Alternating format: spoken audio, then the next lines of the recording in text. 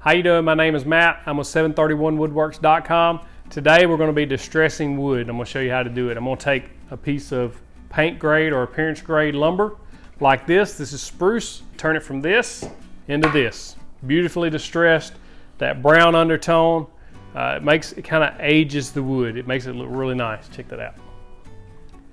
It's very easy to do. Let me show you how to do it. Hey, if you're new here, please consider subscribing. Hit that thumbs up for me. I appreciate that. If you share this on your social media, virtual fist bump, that helps us out a lot. Hey, don't forget to check the description down below for useful links, and a lot of the products and tools that I'm using are down there as well. So let's get started. Let me show you how to distress wood. All right, when I start out to distress a piece of wood, what I like to do is start with a nice piece of, this is spruce. Appearance grade is what they call it in my local store. They may call it paint grade. It's already really smooth. You could actually go ahead and paint this, but it does have a little bit of, you can see where the planer marks in there. I like to go ahead and sand those out. I do that with 120 grit sandpaper on my orbital sander. I just kind of smooth this down. So when you're distressing, the purpose of distressing, you want to see those knots and stuff come through. So what I like to do is pick out a board that has some good looking knots in it, and you're just going to go over this lightly with the sander. You can do both sides if you wish, but if you're only distressing one side, then one side's all you're going to need. And I've done this with tons of projects, for instance, like a coffee table that I made, also with my noodle boards, this board that goes on the wall with the hooks on it. I mean, there's tons and tons of projects that you can distress wood with. Let me show you what I do. We're going to start off by sanding it with 120 grit sandpaper, orbital sander, and just a light sanding. It doesn't take a whole lot.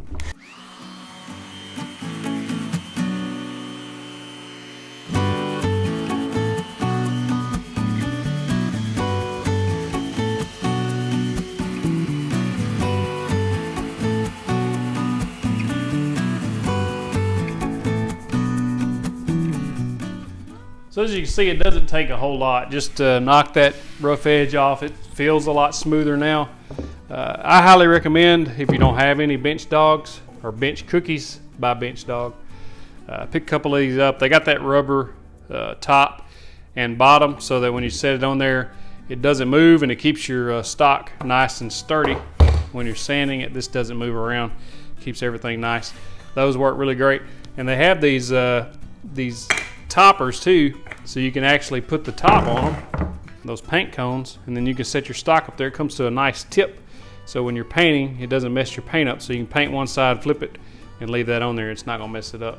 Just that little dot is all it'll be right there. Those are really nice to pick up. I'll put a link to these in the description below if you have any, if you would like to check them out.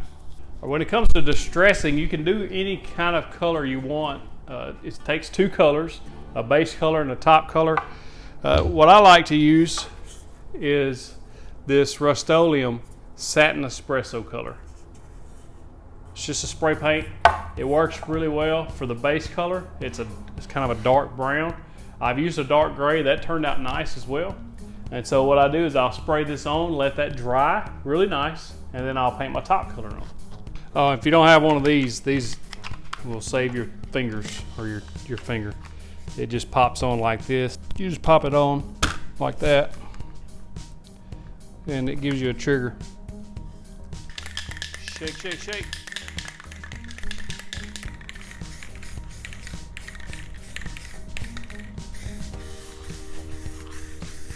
And this doesn't even have to be perfect because this is your base color, but you want to make sure where those knots are, you get those knots nice and covered, and then the edges, you want the edges covered because when you go to distressing, that's what's going to show through more than anything is those edges. What I'm going to do is all four sides and the one flat side. I'm not going to do the back side because I'm just going to paint it a solid color because this is actually going to go against a wall. It's going to be a board that hangs like the one I showed you previously with the hooks on it.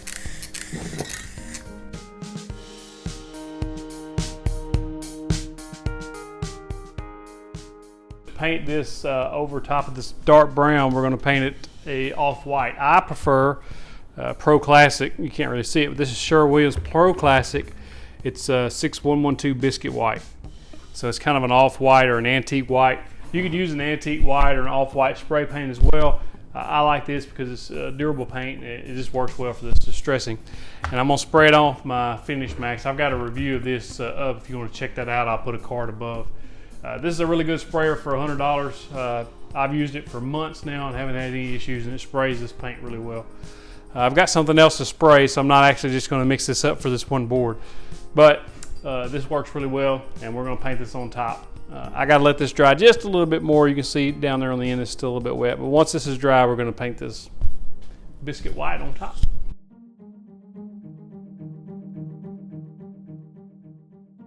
All right, we got it painted with that biscuit white. Look at there, look at there.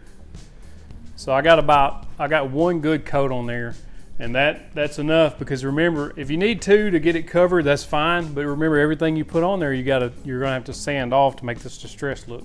So next, what I'm gonna do is take 120 grit sandpaper on my orbital sander, and let me show you how I distress.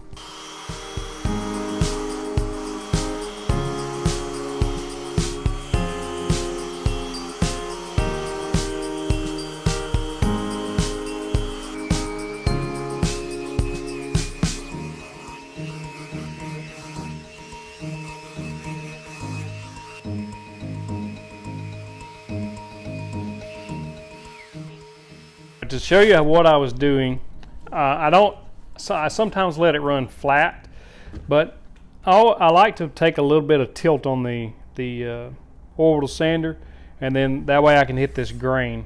And if you go with the grain while you're sanding, you can use it flat to kind of take that initial layer of paint off, but if you tilt it up just slightly, I'm going to exaggerate here, but if you tilt it up slightly, you're able to get that edge. You can put a little bit of pressure. If you put too much pressure, you'll take quite a bit of material off.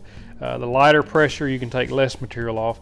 And what's great about this sander is that it's variable speed. So I turned it down, and it goes a little slower, and I'm able to take that edge off and get the distress level that I want.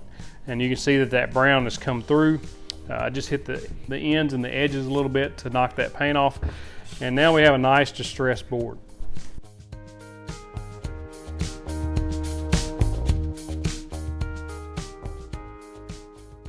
Remember those knot holes I told you about earlier, how you paint those well, because that's one of the first things that comes through when you're distressing is those knot holes. And then you can see this grain pattern on the wood. It wasn't really visible before.